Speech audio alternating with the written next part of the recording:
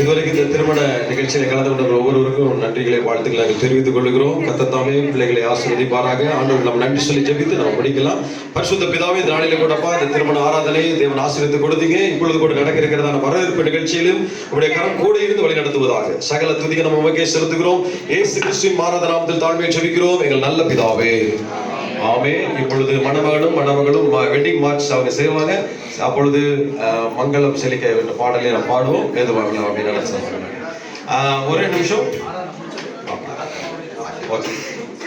நம்ம எல்லாரும் சேர்ந்து சொல்லுவோம். என் ஆத்துமாவே கர்த்தரை ஸ்தோத்திரி, என் முழு உள்ளமே பரிசுத்த நாமத்தை ஸ்தோத்திரி.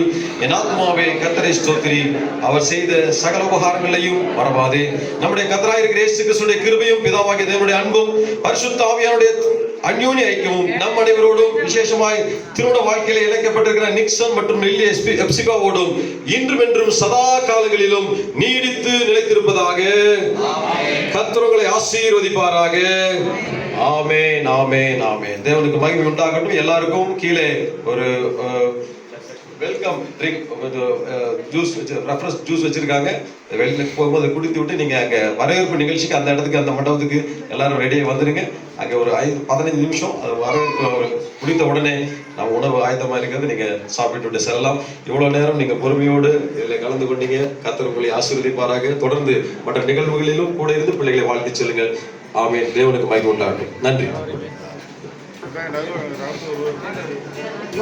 மங்களம் செழிக்க கிருபை அருளும்